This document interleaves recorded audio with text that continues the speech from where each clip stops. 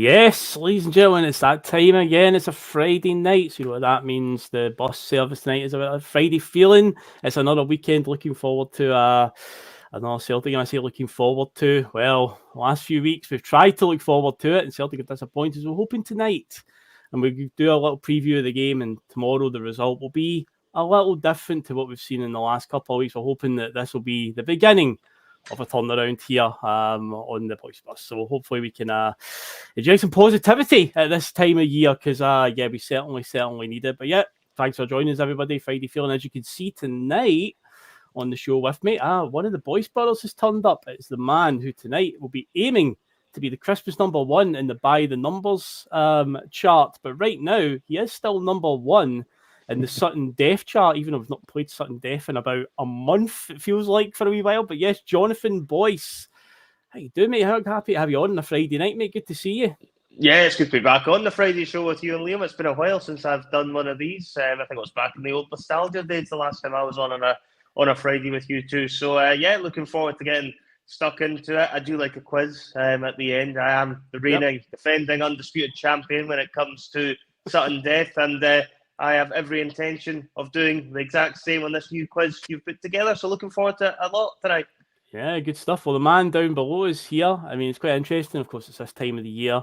We've got a man on screen with a big grey beard. But don't worry, he will not be getting booed like last week at Celtic Park. I still can't believe that I saw that happen. I just thought it because a few of my mates have said, "Oh, were you booing him, Phil?" No, I definitely was not booing Santa last week. I definitely was not in that at all. You're staying on the good list. I'm staying on the good list. I still am. But a man who's always on the good list on the Bhoycie Bus is the wise man. It is the Canada's favourite Tim. It is my Friday night cohort, as usual, Liam, the punked up warlord Greenlaw. How you doing tonight, my man? I am doing great. Hey, do you know that Santa showed up at Ibrox parading the cup around for them? Yes. I never liked them. Yes. I've never liked them. It just gives you unfulfilled promises every year to kids. I mean, think how many kids just didn't get what they want off him anyway. He's a bit of a fraud, if you ask me. I think the Celtic fans were actually within their rights to highlight some of the inadequacies of that man, to be fair. It's been a long time coming. Oh, I saw the pictures as well last week of the close-ups of his face. He looks so sad. I felt so bad for when I saw it. But yeah, from the surreal of that to say, I don't know if tomorrow he'll be wheeled out again to do the halftime win-fall draw. I've got a funny feeling he probably won't be. But yes, before we get started, I'll be the Grinch. Yeah, with the Grinch tomorrow. That's who it will be. I'll be the Grinch coming down tomorrow for the halftime win-fall. But of course, before we get started, of course, folks, hit that like button. Obviously, helps out in the algorithms. Obviously, if you haven't done so yet, you can hit that subscribe button. Keep the Bhoycie Bus in your life that a little bit longer. Last time I checked, I think it was about 150 away from 3,500, which is the next milestone. Obviously, I think the bus has had a bit of a bump in subscribers in the last week. I wonder why, and I wonder what team some of those guys support. I've got a funny feeling it's not all this. Just a suspicion, just an inkling I've got. I know we were very, very busy last weekend. The PMP did big numbers, and again, I wonder why. But of course, if you are a Celtic fan and you want to add this Celtic pod to your, if you've got quite a lot of subscribers on YouTube, then obviously do so. They'd help us massively. We'd appreciate it. And of course, hit the bell notification. Keeps us in your life that a little bit longer and lets you know when the bus is on the road. Obviously, get involved in our comment section tonight, like so many people are already doing. I will answer this question for Graham Tyrrell already. Will Bustalgia be back at some point? Yes, it will. It's just a time thing at the moment. It's just trying to get time to do it. Just a lot's been going on right now. But yes, there is some things in the pipeline. I did talk about the COVID trilogy. That I still haven't done part 3 of the trilogy. I have a trilogy without 3 parts, so I still need to do that. That is the Ange Postecoglou era. A bit of a contentious name around here these days. Some people are longing for him to come back, and some people absolutely despise him. But I still need to do that part of the COVID trilogy. So yes, Graham, it will be back at some point, and I have got a couple of other ideas for Bustalgia as well, so look out for that. And what else can you do? You can share the link to the Bhoycie Bus on whatever social media platform you wish, and of course head over to piesports.com, whatever side it's on. I always get it wrong, and use Bus1888 to get 12.5% off your order. And with all that said and done, yes, let's get into it. Because tomorrow, yes, Livingston in town, as I said at the top show there. Forum has been a bit sketchy the last few weeks. We've done the Friday show with the optimism, obviously, as you would. Football fan backs his own team, shock horror, sometimes we get it wrong. Although quite surprisingly, we've been getting it wrong recently, because despite the fact that, we've been picking many holes in what's been wrong at the club, but they should still have been good enough to be beating teams like Kilmarnock and Hearts. But yeah, tomorrow, obviously, Olivia in town, David Martindale, the nightmare before Christmas. I'm bloody hoping not. Obviously, Jonathan, when we look at it, it's been well pointed out that Livingston are absolutely muck this season. There has been a few teams that have came to Celtic Park and got a result despite being terrible at that point in time. St Johnston and Motherwell, for example. But yeah, Livingston in the last 8 games, they have scored a grand total of 1 goal. They have amassed 1 point in a 0-0 draw with Kilmarnock. And I say a lot of people are pointing out and saying, they're not scoring any goals. But here's a worrying stat, and this, I hate to say it, I'm concerned about this. They don't need to score a goal tomorrow to get a positive result, because the bigger concern for me is, Jonathan, Celtic breaking down these types of teams. To say Livingston will come tomorrow, they will happily sit with 10 men behind the ball. What's Brendan going to do to try and fix this and make sure that we get a positive result tomorrow?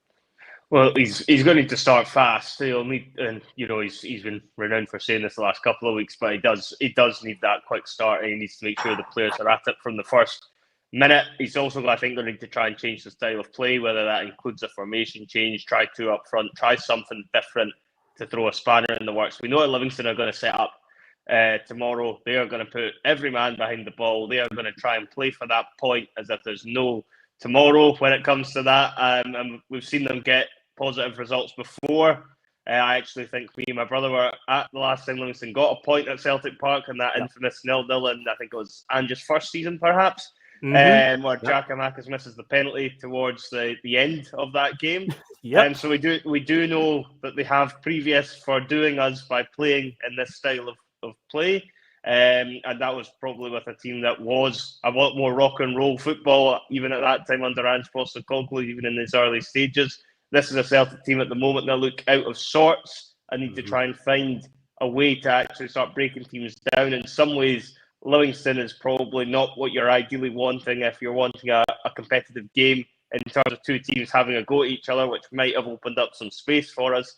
This is going to be the type of game where you're going to need players not to shy away. You're going to need them to actually get on the front foot. I'm really looking at the wingers to try and have a lot more of an impact and actually be willing to take on their men and be brave when they get on the ball, because I just think that's been lacking a lot recently.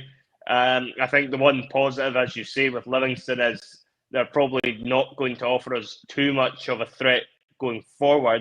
That being said, what we're finding over the past couple of weeks is Celtic concede very soft goals. So even if you were to ask me now, will Celtic give a clean sheet tomorrow? I'm still not overly entirely convinced they will, if I'm being completely honest. I feel Livingston could still nab something from a set piece, because I think we just look utterly hopeless at defending them. Just now we've got Joe Hart, who's more interested in doing star jumps than making saves, as far as I can see over the past few weeks.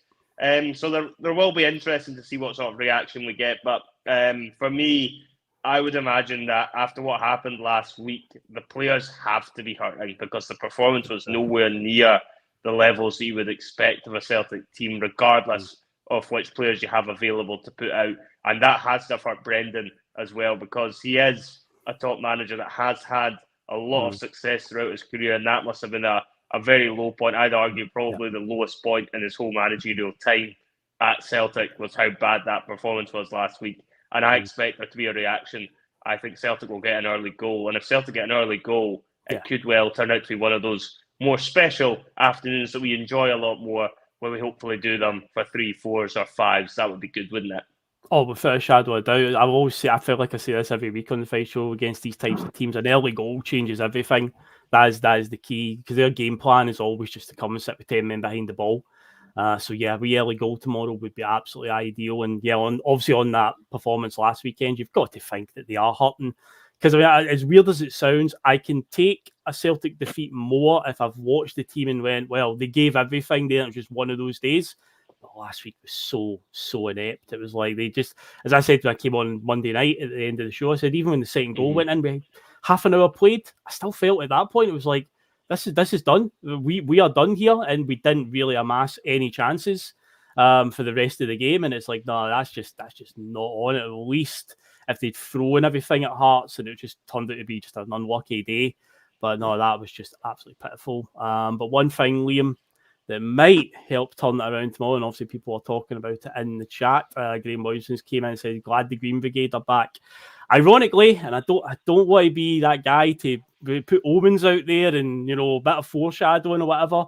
But of course, remember the Livingston game you just mentioned, Jonathan, the 0-0 with Jack Mackey's the Green Brigade were there that day, and they had a silent protest, and they were getting blamed that day. That was one of the things that many fans were going, "Oh, it's all your fault that we dropped points." Well, they didn't miss the penalty. Jackie Mackey missed the penalty at the end, and we didn't amass many other chances in the game. But yeah, that is an interesting, because that's one of the things we will talk obviously about the Green Brigade stuff, Liam, because like for the boards, right? This is they're basically a lose-lose situation. The board here, they're going to have to take their medicine tomorrow. One of two things is going to happen. Either, I mean, I think the Green Brigade will obviously show support to the team anyway. That is going to happen, but there's going to come points, I think, during the game where they will obviously have either a banner or some sort of chance or whatever aimed at the board to say it's going to happen, so be it.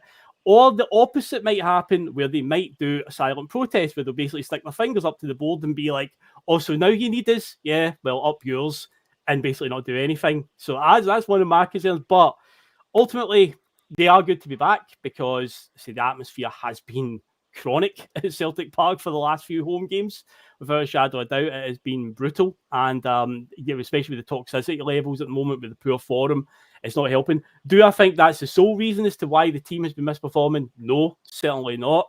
What's happening on the park, I think it's been a huge dip in quality. We've talked about recruitment has been dreadful, to put it lightly, and we're definitely seeing the that sort of coming to fruition now. The depth in the team is obviously abysmal, but they are back tomorrow, Liam. How are you seeing it positive, and do you think one of those two scenarios is going to crop up? It's either going to be a silent protest for 90 minutes, or they're just going to give it both barrels to the board? I think there might be a third option there as well, but I talked about this last night. First of all, yeah, I'm happy they're coming back, but I mean, how well do we all know Scottish people, right? People from Glasgow, it's like they're going to. I don't think they're going to sit on their hands and all of a sudden we've learned our lesson. Mm-hmm. You know, I think they're going to be getting it loudy. But I think the third option is, all right, so say we start tomorrow and Rodgers just seems like he's not shifting from anything he's done so far, and we start again with Taylor and Johnston's back in and Mikey Johnston's on the field and maybe Turnbull and all that, and you're just trying to think, oh, what we're learning here. And so they might turn on Rodgers. And if we go a couple behind and we start looking like lethargic and that, and it's like, fuck, this isn't just individual players. This is a cultural thing right now within this squad. There's something going on that's just not right. And if we start showing up, and as we said, we've seen the signs, like, 30 minutes into that game that this was going to be a grinder. And yeah, I don't expect them to come in and say, okay, we're just happy to be in there and not make their voice heard if it's like we're still trying to put the same square pegs into round holes. So I think that's something to watch for. I think they'll do well and all that as far as showing up and be vocal and all that, but they're not performing monkeys either. And they're a fucking high school cheer squad or anything like that. The supporters, but I think there's a lot more to them than that. So, you don't want to show up just to the board's wee toy as well. Seeing that we'll get the rah-rah going and the team will play better. It's like, they were it for a reason, and, and they're back for a reason there as well. And yeah, I just hope they are who they are. And in fact, Will's the team on good. But I think we have to be critical of this team as well and let the board know, let the players know, just like how we feel, what our expectations are. There's too many guys in that team right now that are not meeting them. They don't. Jersey doesn't shrink. It shrank. It shrank already. Yep. Oh, fair shadow of doubt. Well, playing on from that, we've got a report coming in from Pat Ojo, which is about, do you think the players are basically trying to get Rodgers out with some of the stuff that he said recently, where he has effectively sort of thrown them under the bus, and again, are the players maybe taking an attitude like, well, up yours then? I hate to see that. I see it's happened at a lot of clubs. Man United is an obvious one. They've had it many times in the last few years. I hate to see it happen, because as soon as the manager does get ousted, suddenly the players that are there suddenly come to life, and they they put in all sorts of great performances. I'd like to think that's not happening, but obviously there is a concern there with some of the things that have been said publicly. It's never a good sign, but say we just need to hope, Jonathan, that whatever it is, if there is some sort of internal conflict, that it gets sorted really quickly, because we are still in a position where it's not panic stations yet. You know, we haven't thrown this title away yet, but we are teetering on the brink of this season going south very, very quickly, aren't we? Yeah, no, we definitely are in a crunch week as far as the title race goes. I mean, if we were to drop points in any of our next 2 games and then, God forbid, lose the derby, then the momentum is fully with Rangers, and you would have to say it's going to be a monumental effort to turn it back around in our favour. You would need to have a stunning bit of business done in January, combined with a really strong set of results to hold them in, because of the wave of momentum they would then be riding if that was to happen.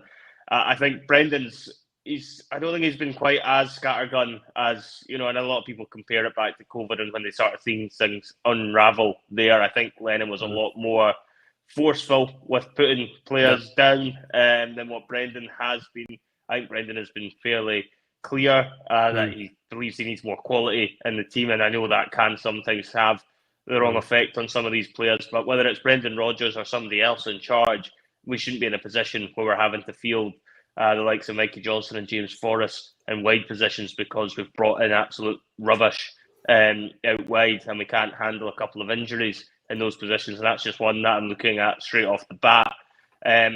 Do I think the players have fully bought into Brendan's methods? I don't, but I don't also think a lot of these players are Brendan's type of players either, and it almost goes back to that summer recruitment where, you know, Brendan is absolutely culpable as well, because he's not made himself forceful enough to get the players in that he needs to play the system he wants to play, because we've seen that Brendan can play this system and it can work wonders in Scottish football. We need to try and remember that this has been a very successful method of playing the first time around.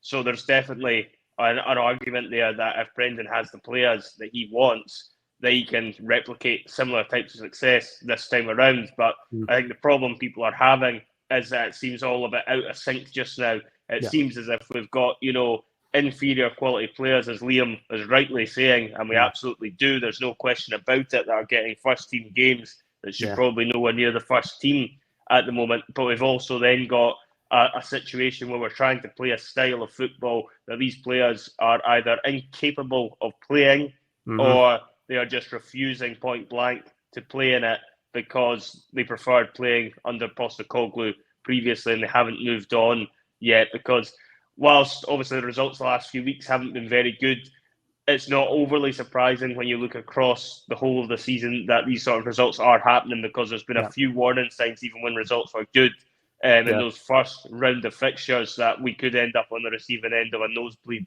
from Sunday. And unfortunately for us, it's happened 2 weeks in a row where teams have managed to work us out and totally take advantage of us. So there is a lot of questions there to be answered. Obviously, with the Green Brigade coming back in, you're beginning to think that's hopefully going to mend one of the issues at the club, or at least put a plaster over it, you know, in terms of the fans side of it. I think the Green Brigade will be, fully on board with the team. I don't think there'll be a silent protest or anything like that. I think they'll be more than happy to be back in the stadium. They absolutely will vent their frustrations at the board at some point or another. I would fully expect that. I would expect they may have a banner lined up as well. But I would expect, with the Green Brigade also providing that support, hopefully that'll be the first sign of the club beginning to come back together in unity, because that is what we desperately need at the moment, is this club all pulling in the same direction. And for the last number of weeks, it just feels like everyone's wanting to do their own thing and nobody's anywhere near the same page. In fact,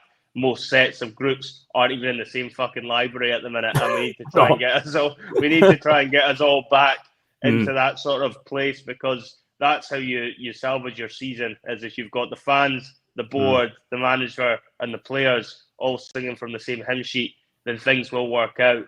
And that's why I'm thinking, I don't know in terms of what Brendan does with the players he has, because he's stuck with what he's got till January.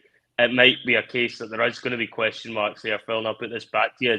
Should Brendan be looking at changing things around, even if he wants to revert back to his own style in January, if he gets his own players, in the short term over the next few games, is Brendan's pride getting in the way perhaps of him not adapting with the players that he has just to get the results? Because who cares about performances? It's a results business. Is Brendan being a bit too proud, do you think, to actually change his methods to suit the players better?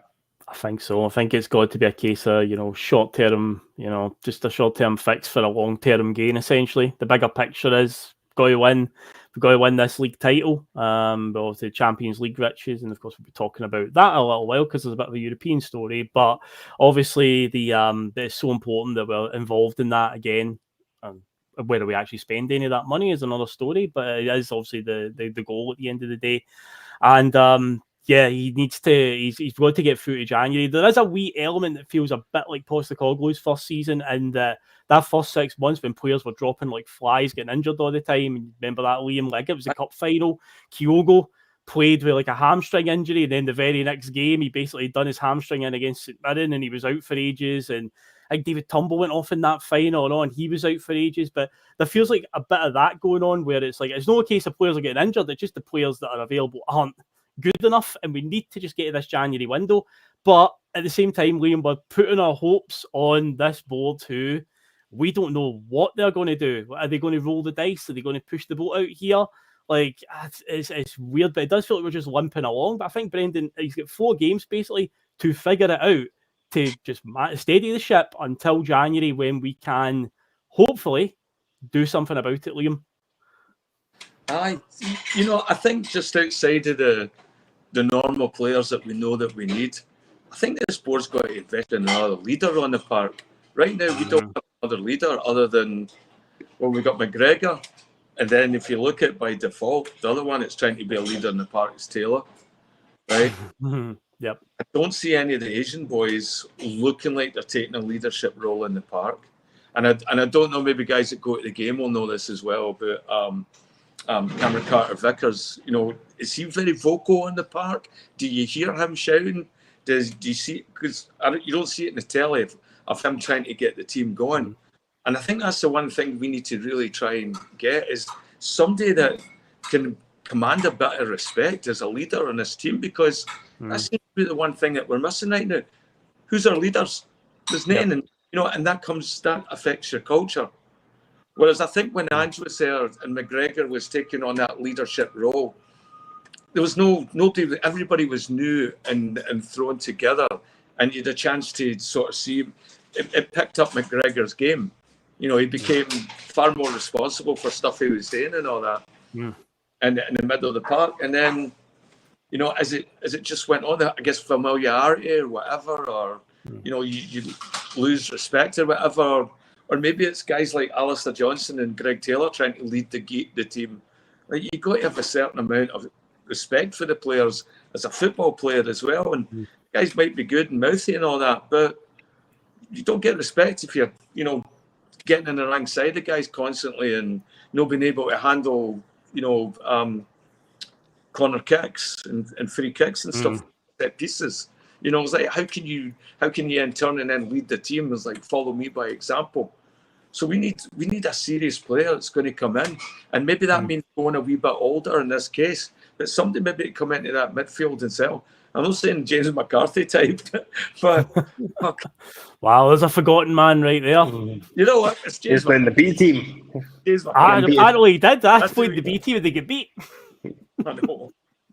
But that's sort of something, I don't know, like somebody that can just breathe a spark into that team. It just seems like it's no clicking.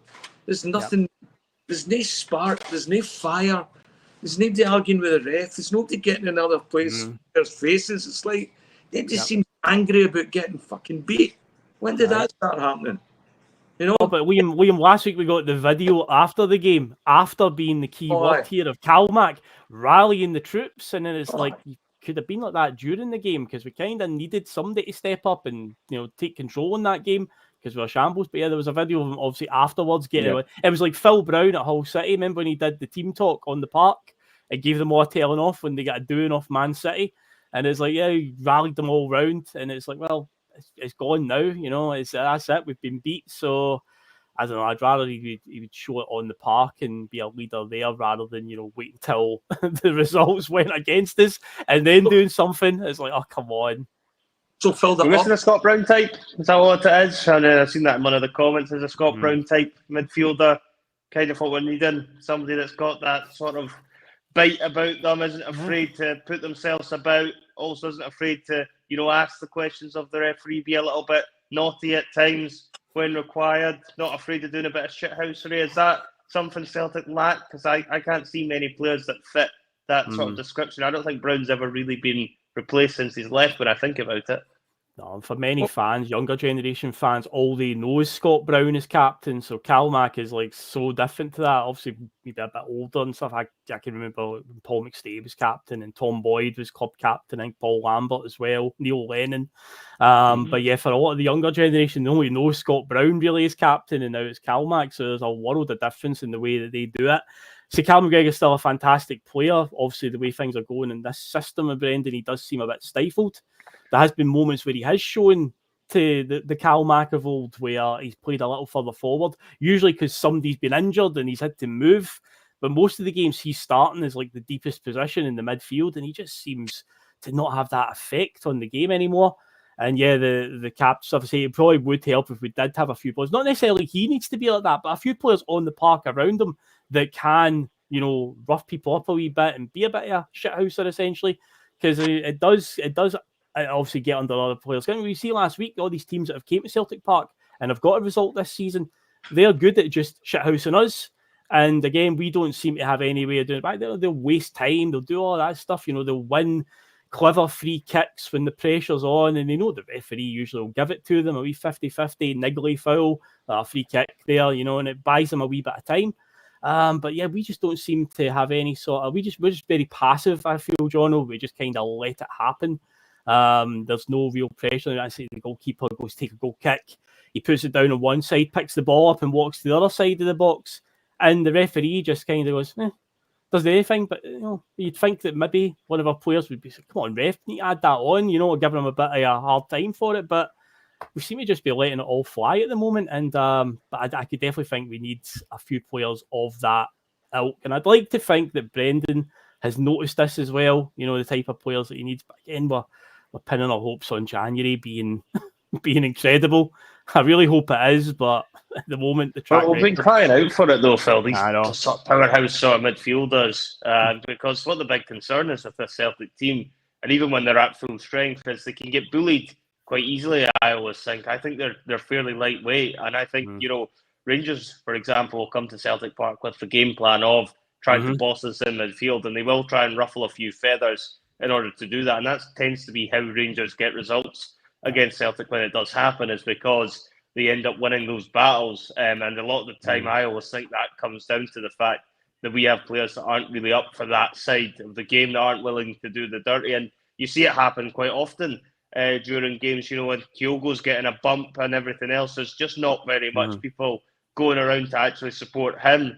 And, he does get targeted quite a lot, albeit not so much the last few weeks because he's been fucking anonymous. But usually Kyogo is the type of player that would get targeted, and you never see somebody being straight over there. Whereas when you had somebody like a Brown figure, he would always be somebody that would be overprotecting his teammates. He'd always be somebody that would be making sure referees seen things that were going on, and it could just be simple cases like Morelos throwing his arms, maybe not particularly hard, but Brown would make the most of it and make sure that these things were getting caught by the referees and they were being forced to take action. Yeah. I think there's a savviness to Scottish football at times that you can take to your advantage, because there's no doubt about it. Teams that play against us like to play physical. And if you've got players that can be a little bit cleverer at times, you can sometimes manipulate cards that don't necessarily always exist. If you don't make a meal out of it. Yeah, I'm not saying they should necessarily be doing that, but it is sometimes a way of playing that needs to be done. It's a bit of the dark arts, if you like, that you have to sometimes deploy in Scottish football, because you've got to remember, these other clubs, Livingston will use every trick in the book tomorrow to try and get some points. They're going to time waste from minute one. They're going to try and boot our players off the park for as long as they get away with it. And you know what it's like at Celtic Park. They'll probably get 3, 4, 5 of them before they'll get booked. So you'll Mhm. probably get a free reign of just constant fouling for the first 15, 20 minutes before the referee will even take any action against any of them.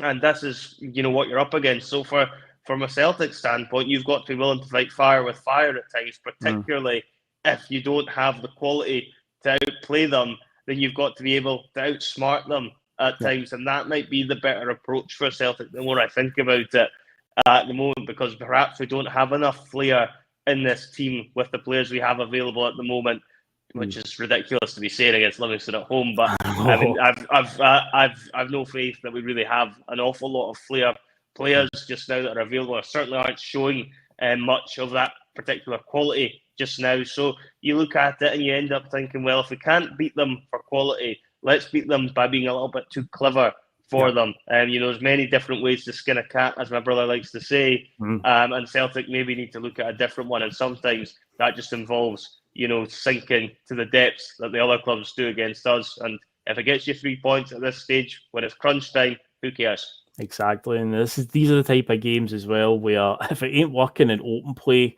set pieces are so vital, but we also seem to be really bad at them. We are corner kick taking, a lot of short corners that don't seem to result in anything. And when we try to swing one into the box, it usually hits the first man. So what do Celtic practice in training? I think I asked this a few weeks ago, and somebody actually said that when Ange was manager, he revealed in a press conference that Celtic don't practice set pieces in training. Well, that certainly shows, to be fair. But these are the type of games where that could be vital, because you can't break them down in open play, but maybe you can get something from a corner or a free kick or whatnot. But no, that seems to... We'll see what they come up with tomorrow. But let's go through the team then. Let's have a wee look at, some of the key points of the key players and who's going to start and whatnot, what we think. Now, there's no point in really debating the goalkeeper. I always try and skip over that one. It's going to be Joe Hart, even though we can all see the many deficiencies that are creeping in, but at the moment the options are him, Siegrist or Scott Bain. Siegrist hasn't really had a chance. Most fans don't want to see Scott Bain at all getting a game, but that is the hand that we've currently got with the goalkeepers. It's probably going to be Joe Hart there. But the defence, obviously, last week there was a stat going around that this season in the games we've dropped points, Cameron Carter-Vickers hasn't played in them, so that's obviously the reason why we were dropping points in games. But then Carter-Vickers played last week and we got beat anyway, so that's that one out the window. So sadly, that didn't turn out to be true. But yeah, he's obviously going to start. Liam Scales starting alongside him. Do you think it's time, Liam? Talking about Liam. The Liam Scales, give him a break. The experiment ends for a wee bit, or does he keep his place? Does Nawrocki finally get a shout? Obviously, that's a very curious case of what's going on with Lager Bielka after his goal against Feyenoord. His redemption arc lasted all of half a game, essentially, or less than half a game, and now it seems like he's for the off. But yeah, Nawrocki, $4.5 million or something we spent on him in the summer. Are we going to see him anytime soon? Because I felt in the games that he did play, I didn't think he was that bad. But yeah, how do you feel with the centre back pairing tomorrow, Liam? Do you think that's what we'll see Scales and Carter Vickers again, or is he going to throw a curveball in there? I mean, we're coming off a 2-0 loss at home, second in a row. I mean, I think it's the ideal time to move Scales to left back. We know what's going to happen. We know as soon as the balls come into the box, everybody shifts towards wherever Greg Taylor is right there. And even if he's no jump to, he's getting in the road. There's a lot of times where they're trapping him in front of Joe Hart, and you can see clumsy in there. And so that's been pinpointed. So, and that's happening for everywhere in the park. And Scottish referees do love to give us, give the other teams fouls against us just outside the 18-yard box and that. Like just wee ones, maybe 10 yards outside and all that. Not enough to have a direct shot on target, but enough to fill the area with big guys and all that. And we don't seem to be defending that. The other thing as well is tomorrow, I think he needs to set up a team as well that can actually defend. Because we're not playing the old style of Rodgers football where like teams that open up against us get severely punished. We're not anymore, right? And that was like, one of the things that used to happen with Rodgers teams is, teams would open up and then we would just go right through them. Now teams are opening up against us, but keeping more of the ball, keeping more of the ball, attacking more and having a lot more success. They're not getting punished with that, immediate sort of counter strike of that anymore. It's not challenging's gone missing and they're going beating fullbacks, getting into open space and getting shots on target. So that's changed completely. So I would look for a much more defensive team tomorrow, and I think if it means moving Scales over, bringing in Rocky, I mean, God, like, when are we going to see him then? If we don't doing it when we've already lost 2 games in a row. And I think Scales is a very good player. He's done well. He's not bringing that ball out as fluidly as what we need to get our attack starting to move and go again with a bit of spark. Getting that ball up the middle to Callum McGregor, letting him turn to get it onto somebody. We're missing all that right now. And, you know, maybe him being at left back will give Rocky a chance to come out and see what that pairing's like with him and Vickers. The other thing, I'd look at Ralston. I think Johnston's showed me anything right now that he has the quality to be a immediate first pick over Tony Ralston. He's a Canadian international, so what? You know,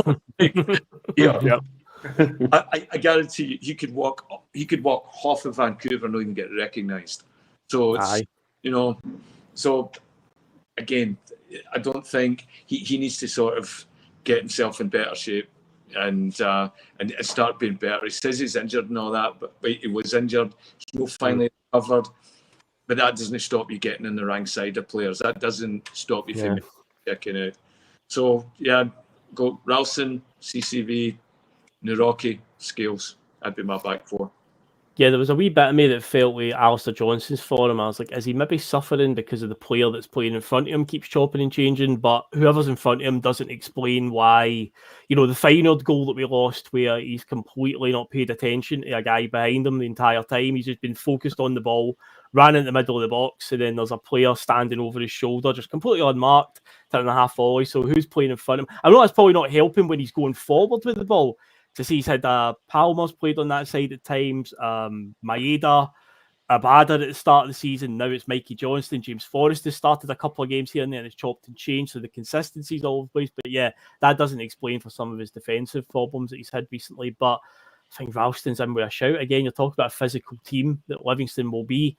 They'll try and hit a lot of diagonals when they do try to get out. If they do actually even attempt to cross the halfway line, most of it will be big diagonals. And the fullbacks usually need to tuck in at that point and try and deal with any big target men. And that could be something. Because I think Ralston, when Ralston came on a few weeks ago, who's it against? When he came on as left back. And he was actually more productive at left back for about 10 minutes than what Greg Taylor had been the entire time. As for the Greg Taylor thing, I think he will start. I don't think Bernabei gets the Bernabei thing last week was one of the wildest moments I think I've seen, where a guy who's not been in a match day squad for months is suddenly on the bench and we're 2-0 down. It's like, right, son, get ready, you're going on, but you're not even going on in your actual position. You're going on as a wing forward essentially to try and bail us out. Obviously, that boy Mitchell Frame did get some game time in the final one, and he looked all right for the short time he was on, but. And pardon the pun, but it looks like he's not in the picture right now. Strange, just a cameo, essentially, just to give him a couple of minutes in the Champions League. But he looked okay. And there was a bit of hype around him when he did sign his contract extension. But part of me thinks, well, Celtic is bigging that up because for once a B team player actually signed a contract extension. Because normally they don't. They usually just go away and leave on a free transfer. So who knows? But I've seen Frame's name come a few times tonight as well. And I mean, at the end of the day, the guy's only going to get better if he gets game time. But is Brendan in a position to throw in a youngster? But then again, Greg Taylor, can he be any worse? Can he be any worse than the way Greg Taylor's been playing? Brendan's got to look at some of these things and just be like, again, what Jonathan said earlier on, he's got to find a way. You know, he's got 4 games essentially to get to this January window, and he's just got to find results. So it might be worth a shout. But in the midfield, there's a story doing the rounds today, and filling us with dread, Jonathan. The man who's been very much carrying us in the midfield, apparently Inter Milan are looking at Matt O'Reilly. But I'd imagine a lot of teams will definitely keep their eye on him because he's been a standout this season. But surely to God, with the way things are going, we cannot seriously contemplate selling him in the January window. I could understand if he goes in the summer, get the season out of the way, try and get the title in the bag. But to sell him in January would be. I just don't know how. We've shown. Would we even replace him? We'd get a whole load of cash. What would we do with it? Would we even, what would we bring in to replace him? So I'd be too worried because he has been one of the ones that's actually turned out good under this whole will sign these sort of unknown players for less than £2 million at a time and stuff, and he's actually turned out good. I see that in the Milan one. If there's any truth in that, obviously there's going to be a lot. He's going to be thinking about it, surely. Now that he's broke into the Danish international team, the Euros are coming up next summer. Denmark are there. He'll obviously want to be involved in that. He's so vital right now. But the very thought of him, Jonathan, being gone in January, doesn't bear thinking about. No, it definitely doesn't. I think that would be absolutely suicidal as far as the title challenge goes if you decide to get rid of your best player halfway through the season. And Matt O'Reilly has been our best player by a country miles, well on course for Player of the Year, even at this early stage, I would suggest as well. There's just no way we can afford to lose somebody like him. He's been one of the few shining lights, this season for Celtic, and he's one of the few that I would say, and it goes back to what I've said on Mondays before. I expected more from Brendan developing the players that he's had at his disposal so far. I don't feel he's got as much of a tune out of some of them as he should have done, as I expected him to at the start of the season. But Matt O'Reilly is somebody that he has taken on, and I feel he has got an awful lot better, along with the likes of Liam Scales, to this season.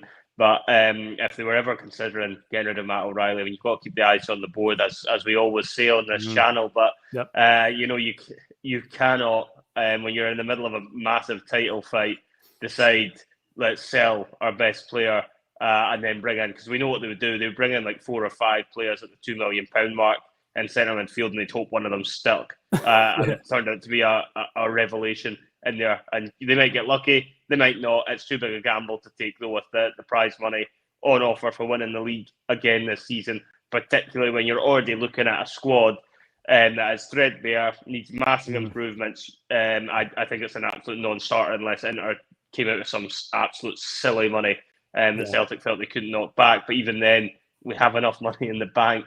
At what point can we just turn around and say enough's enough and we stick to our guns? Because at the end of the day, we don't really need it cash-wise. We're cash-rich. The evidence is all there in front of us all in the accounts. So there's no real reason for us to do that. And Matt O'Reilly is probably the first name on the team sheet now in every game. The only question you're really asking in the midfield for tomorrow is Matt O'Reilly, McGregor. But then it's literally just like you can pick a name out the hat for the other one. Because none of the rest of the central midfielders, for me, have done anything really of massive note that makes me really want to pick one of them over the others. You could have Bernardo if you like, you could have Iwata, you could have Turnbull, and I'm kind of like meh with any of them. It could be any of them. I don't think there's any standout favourite to me that's going to suit this fixture more than any of the rest. You could probably make a case for any of them. Perhaps maybe not Bernardo as much if it's going to be more of a physical game, but they could argue he could offer more of a creative side to it. I think he's probably going to look at this and he needs to try and find a consistent midfield 3. So, I mean, I think if the result goes the way we hope it does tomorrow, whoever he does pick as the third player in that midfield 3, I think he might try and persevere with them for consistency purposes over the next few games to try and build some confidence in there, because I think that's part of the reason as well. He's chopping and changing things too much in the middle of the park. And as I say, I don't think there's an awful lot of difference from what I've seen of any of those players that are playing alongside McGregor and O'Reilly that makes me think one of them massively deserves it more than the other. But at the same time, constantly chopping and changing it isn't helping either, because you need a bit of consistency there. So I think if whoever he puts in tomorrow, if Celtic get the job done and they put in a decent enough shift, they should probably keep their jersey for Dundee on Boxing Day, and then try and build a bit of momentum, build a bit of confidence in whoever that will be going into obviously the derby towards the end of the month as well. But for me, Phil, I've got no massive preference on who that is, and I think that's pretty damning again of the options we've been left with in that situation. The one that worries me the most for a game like tomorrow would be Turnbull playing, because he's too slow on the ball in a game where we need to keep the ball moving quickly. Because again, Livingston are just going to sit. If they're happy for the ball to move slowly in front of them, they'll just keep their position. It's not a problem to them. So you need somebody that moves it quicker. But yeah, you're right. The other options are just like nobody has showed. I mean, Shell's obviously said about Iwata. Yeah, I think if he's been probably the best option out of the few chances he's had. But even at that, it's still it's all right. I think it's allowed McGregor to play a bit further forward with a latter playing, so that might work. But yeah, after last week as well with David Turnbull's performance, I just think teams like Livy who sit in, you just need a guy that's going to keep moving the ball quickly and not hold it up and take 2, 3, 4 touches. So it's that one worries me if he gets a start, but he seems to keep finding his way into teams. And I know about the amount of goals he's scored so far this season, albeit I think it's like 7, makes him our top goal scorer, which again is a bit of a damning indictment of things this season. If that's our top scorer on 7, as a guy doesn't even play every week. I don't know what that says for things, but yeah, I agree with you on that one with the midfield, though the options have not been filling. I think we're just pinning our hopes now on Hatate coming back and just being fantastic, being Hatate from season 1, essentially, under Ange. That's what we're just hoping that we see, but the few times Hatate's had to stop-start season because of injury, but yeah, we need him to come back and just be just on it from the very, very start. Or, of course, again, going back to it, maybe in January the board will surprise us and bring in somebody really exciting in that position. But again, not holding my breath on that one. Now, as for the forwards, of course, this is one that I think the experiment must end now. And I think the boy can have no complaints, Liam. Mikey Johnston has found himself in the team consistently for the last few weeks, obviously because of circumstances, not necessarily on form. And obviously in the games that he has played, he has contributed no goals, no assists, no real anything. I did get a laugh listening to, I think it was 20 Minute Tim's the other week, did a thing where they mentioned what's happened in the world since Mikey Johnston scored his last goal for Celtic. And some of the things that have obviously happened, it was quite astounding. Obviously, COVID happened. That's been a thing. Like Donald Trump basically getting impeached twice. Joe Biden winning the American election. There's been 3 different prime ministers since Mikey Johnston's last goal in December 2019. Yeah, it's quite astounding, the last contribution. And the thing is, the boy didn't ask to be put in this position, right? But when he does get his chance, he's got to take it. And he just hasn't. And obviously getting hooked off at half-time last week. And the boy who sits next to me, Ramey, said at half-time when he did get taken off, he says, look, Mikey Johnston can't have any complaints now. He's had a run in the team and nothing's coming off for him at all. I always say he has obviously got a bit of skill in him and he's also got a bit of pace compared to like James Forrest, who's an option right now. But you want to get pace on the wings. But the one thing that always lets him down is decision making. He always seems to beat a couple of players and then try and double back and beat a player again or just put a bad pass in. So I think with Maeda coming on last week, and even if he's still half fit, it's probably a better option. But there's one that's intriguing me though, because we saw some news this week, Liam. How on earth can Marco Tilio be deemed fit enough to get picked for the Australian national squad for the Asian Cup, which is their equivalent of the European Championship? It's not like some rinky-dink tournament for them. This is like a big deal for them. But he's been deemed good enough and fit enough to get picked for Australia for that squad, but he can't even get on our bench. Is this another one we just file under? What the hell was that transfer all about? Because right now, with the options being basically Mikey Johnston, James Forrest, or the half-fit Dyson Maeda, or an out-of-form Lewis Palmer. Again, like the Mitchell Frame thing I was saying, can Marco Tilio be any worse, really? You know what? It just becomes apparent to me. Rodgers now seems, I'm starting to completely change my opinion now. I was right on that Rodgers bus when he came in, and this was a great signing. I'm looking at him now, and I'm just like, does he know a player? I don't know. Is there a player there with Tillo? We've not really seen anything. He had one game where he came on very late in the game, and I thought he was really direct. But again, it was like we were trying to make something happen, and he didn't want to see it. I don't know. I've no idea what this guy's like. I still don't have a solid opinion. Just like there's a number of players that I've not seen enough of to say, okay, how come we're not seeing him? But I've seen enough of Greg Taylor. I've seen enough of Matt Phillips. I mean, I don't know. Like, that's what worries me about Rodgers. What do you see in Matt Phillips? And how can you not address a liability right now at left back that's costing us goals and now points? It's like, okay, we can't just wait till January and hopefully we get somebody that can come in and start right away and doesn't need bedding in or the training camp or whatever we're doing then. But yeah, I've no idea about that. It just seems odd. Odin Holm, Stephen, is he going to be away now as well? Because he seems to have completely dropped for any inclusion whatsoever. and we're still persistent with Turnbull and Johnston and Forrest. I thought Forrest was the only one that sort of looked good as subs that came on last week. At least he looked like he tried to dig a team out of a hole before, and tried running it, like understood the urgency of what we're doing. The other boys just looked like came on, just tried not to have a bad game, but they didn't try. They only looked like they were trying to win the game, and so that's what we've got to look at this weekend as well. I said last week on the bus here when you asked me about the forthcoming game, and I says we'll see what Rodgers is about. We'll see what sort of Rodgers has came back as a manager, and we've seen what happened after that game. We've seen that the Rodgers that we've got back now, it's not the one we had before, or the game has just so completely shifted and changed that sort of approach doesn't work anymore. And just like, like a band or, singers or something can go at a style like that, a director, so can managers. If he doesn't know how to motivate this team, if he doesn't know how to create a system that can play in Scotland with the players he has, he's got the best players in Scotland. I know, yeah. I think tomorrow's more about, I think it's two things. It's more about getting the teams right, team selection right, and getting that culture on the park or whatever so that we're playing to win and going out there. And this is, I want to see urgency. No players dragging each other around by the throat. That's Rangers stuff, right? But I want to see us motivating each other to get in there and win this game. And losing tomorrow's not an option, but you want to see that for the first whistle. Definitely not.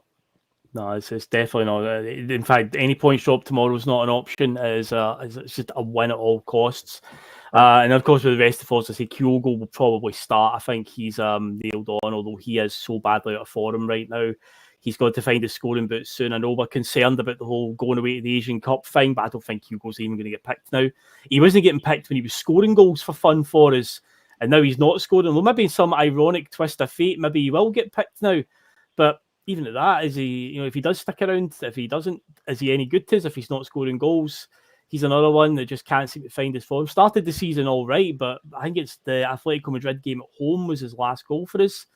Oh, God, that seems like an eternity ago. I remember coming home from that game and doing PMP, and I was absolutely buzzing that night with the performance and everything. God, what a night that was as well, and it just seems so distant now. But yeah, I do think he will get the nod, and well, say I and Palmer and Maeda will probably be the two wingers that will start alongside me. If Maeda's half fit, I think he'll be thrown in there.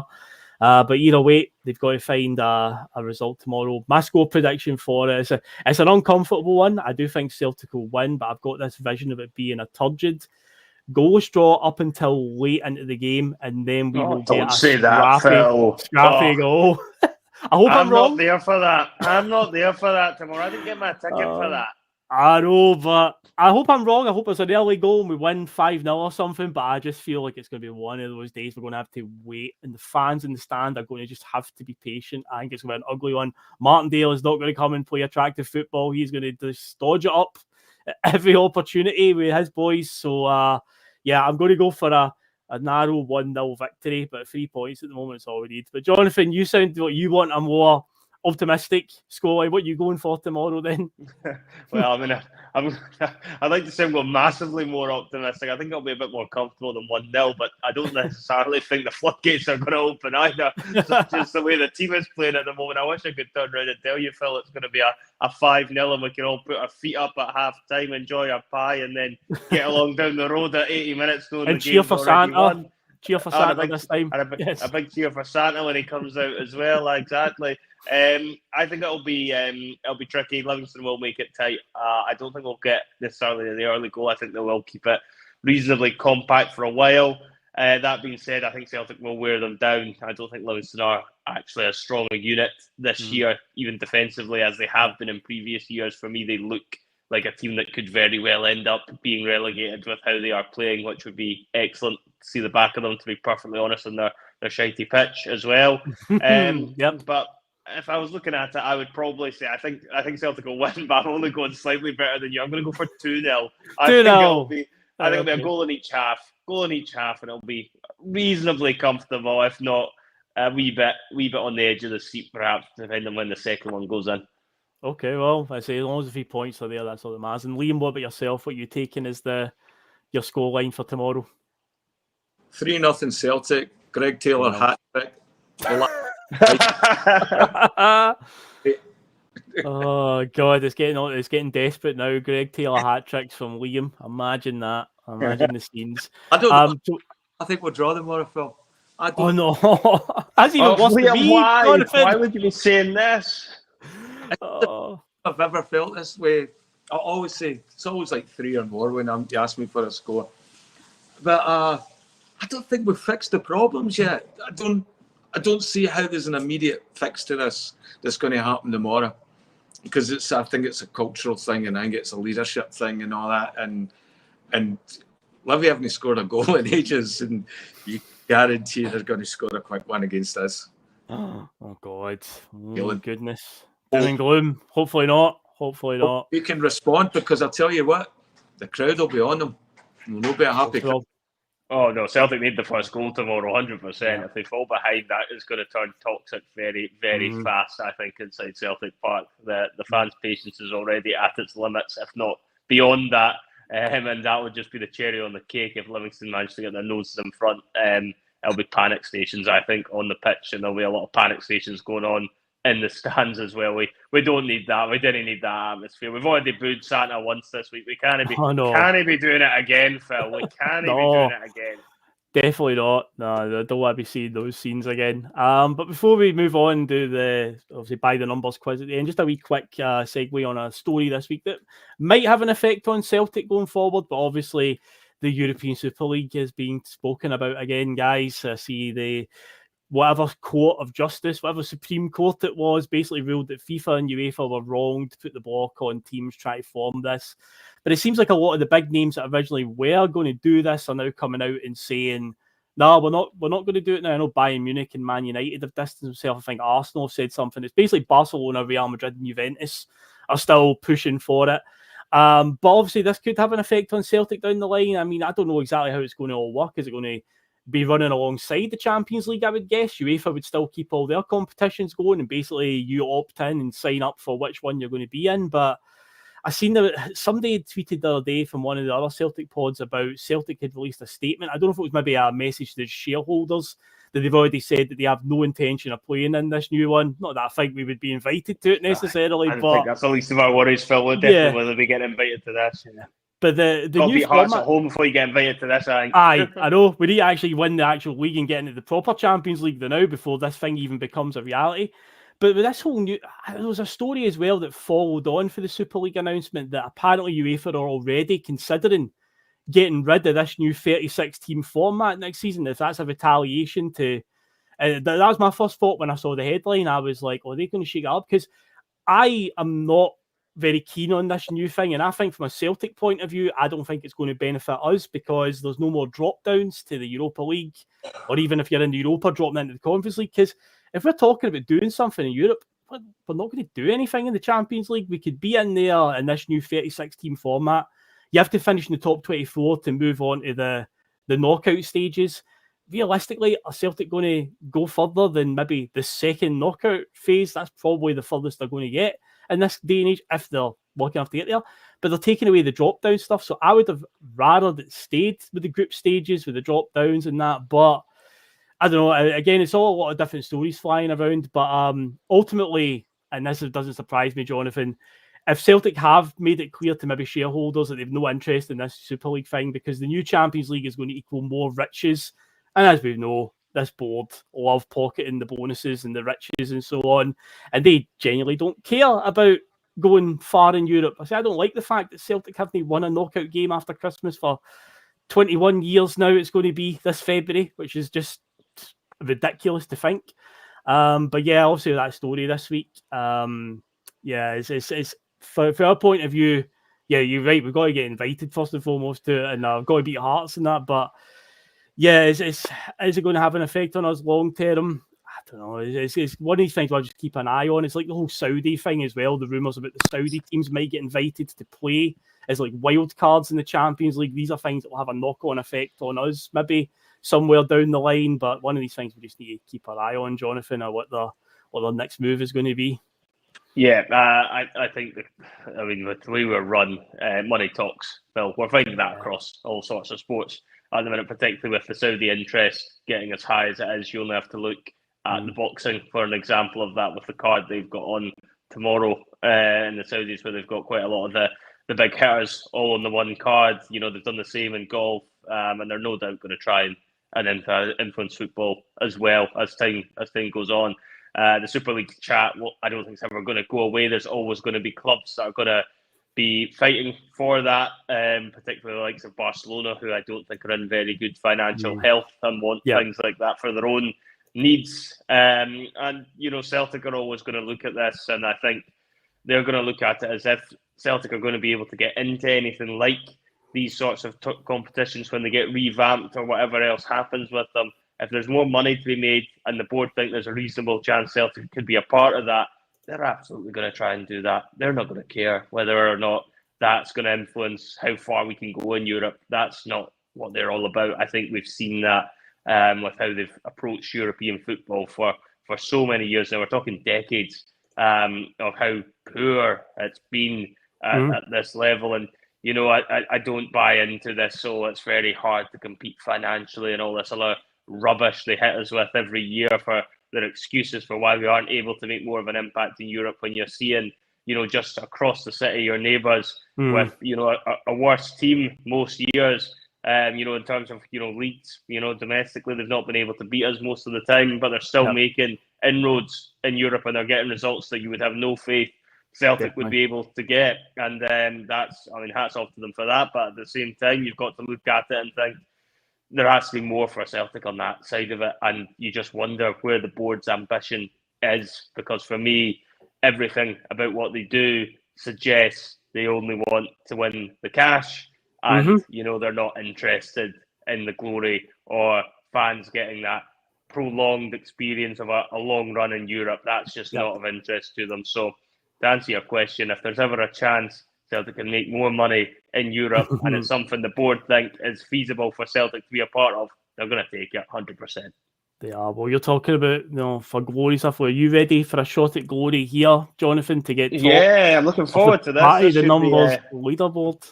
Let's go with familiar surroundings. The Sutton Death Studio that I always use as well. Even though you can't really see it now, but I have changed it in the background. Familiar surroundings. It's a home away from home, this one. I like it. Home advantage for Jonathan here. This is a home away from home. But yeah, obviously you've watched the quiz over the last few weeks since we go, and it's a bit of a play on play your cards right. I was going to say Price is Right, but I play your cards right. Bruce Forsyth hosted the two of them pretty much at the same time. Great show, play your cards right. One of my favourites. So obviously higher or lower regarding the numbers on the back of the shirt. So then you'll get a question on said player. And it might not necessarily always be Celtic ones as well, as people have found out as well. But it could be a Celtic related question. But obviously it's a Celtic player. But yeah, just anything to do with their career. And it can be anything, any number. The numbers, the squad numbers have been very extensive over the years at Celtic. It's been so far to go around. And John, obviously, Liam is currently top of the table. St Edward style, he's currently there. No so pressure. only perfection will get you to the top here. You have to get 10 out of 10. You have to get all 5 number guesses right and get all the questions right. But remember, they are multiple choice, Jonathan. So sometimes when I say the answer, it might jog your memory. So, let's give it a go. Let's give it a go. I'm ready for this. Okay, no worries. Okay, so I'm guessing you can see by the numbers graphic on the screen. I can see the by the numbers graphic, yes. I'll just in case it's called Warrior or anything. Anyway, good. Thumbs up you answer the question and it's start number. You'll be going Phil, I think you're going to turn the music down slightly. You're going muffled. Is it better now?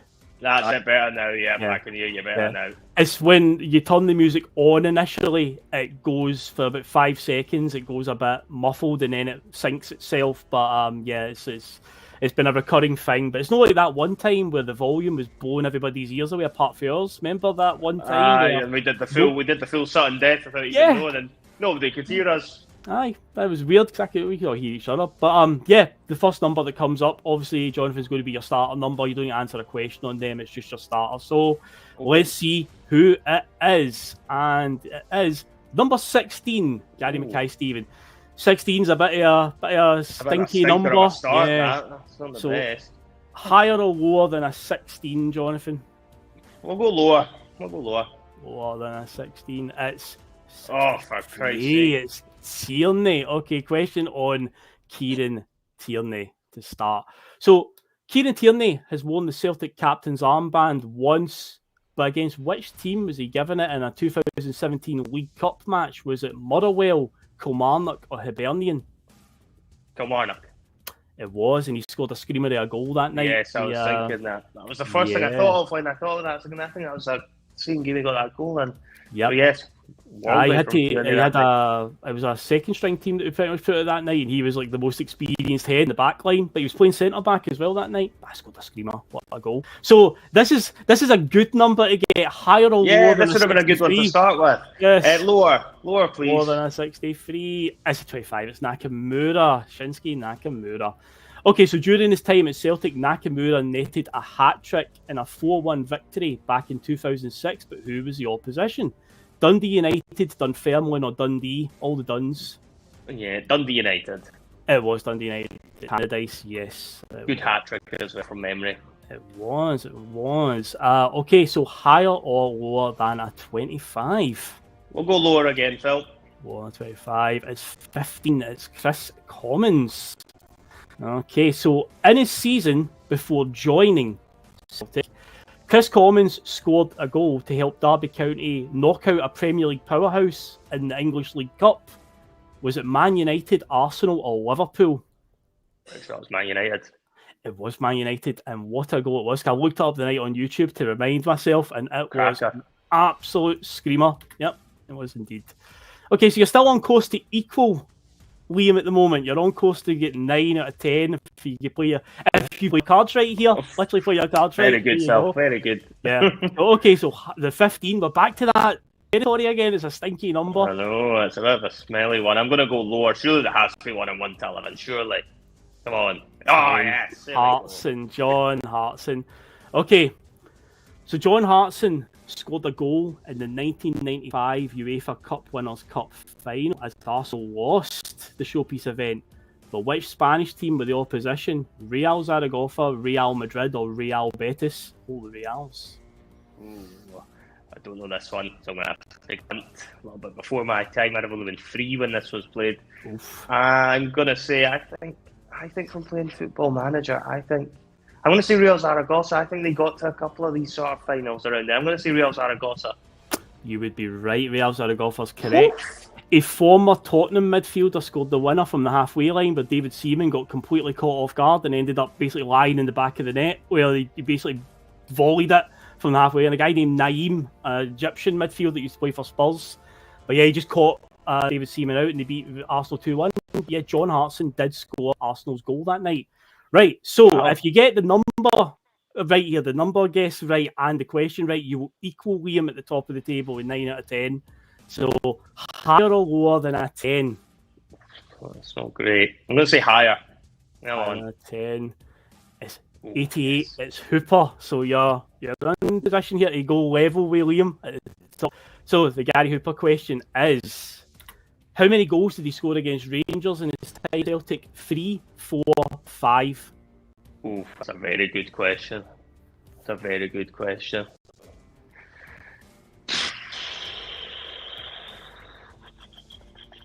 mean, I can picture at least 3, so that's good because that's what the minimum is. I think we got more than 3. I'm saying 3. I think it is 3. I'm going to say 3. Jonathan. 3 you've went for, and unfortunately you're wrong. Liam will just keep in place. So 8 out of 10 in the end. He scored 5. Now there's a couple of forgettable ones. His very first game against them, we lost 3-1, and he scored right for half time. The one when Broadfoot got fouled, but Colin wasn't looking at it. that game. He Yeah. scored 2 in a 3-0 victory in February of that season. That was the two. I could remember them too, and I remember the one at Ibrox which They we bent it lose round them. as well. And the final one is in the 3-0 victory in 2012 when they had the Four Horsemen of the Apocalypse banner at the Green Brigade section. He scored that day, just powered one into the net past Al McGregor. I think it was Mulgrew and Commons scored the other 2 that day. But yeah, Gary Hooper scored, so he got 5. But 8 out of 10 is a very noble respectable. It's a very good effort. Second place on the board. Well done, Jonathan. And with that, we're done and dusted for another Friday feeling. And obviously, yeah, it's obviously Christmas time as well. So obviously, I won't be back on. I imagine I'm going to just be safe in this one. I don't think there'll be a Monday club on Monday because it's the big day, isn't it? It's Christmas Day, so I don't think it'll be Christmas Day. So I wouldn't expect a Monday club. No, I think that might well be cancelled. That one might be cancelled, but Boxing Day will no doubt be back for the PMP. I'm sure Russell will be running that with Terry.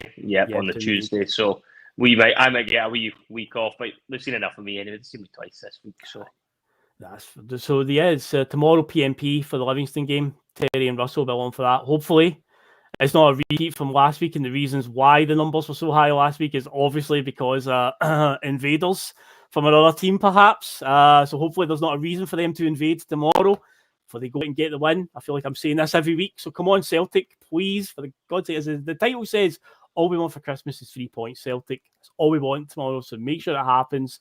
And yeah, Christmas Day on Monday. Everyone enjoy their Christmas as well. No doubt about it. It's going to be, actually, I've got a few good plans for that one. So I'm looking forward to it. I'm just delighted off work for a few days because I've been running to the ground recently. So I look forward to the big day. But yeah, other than that, guys, we will head off into the sunset. And again, just I'm on the hoops tomorrow. Like, seriously. I hope it's not a turgid 1-0. Hopefully it is like a resound 5-0 and they give us something to really enjoy all day. But all that matters at the moment, guys, is 3 points. But thanks for joining me, Jono. Thanks for joining me again, Liam. And yeah, we will catch you next time, folks. All the best and see you later. Bye.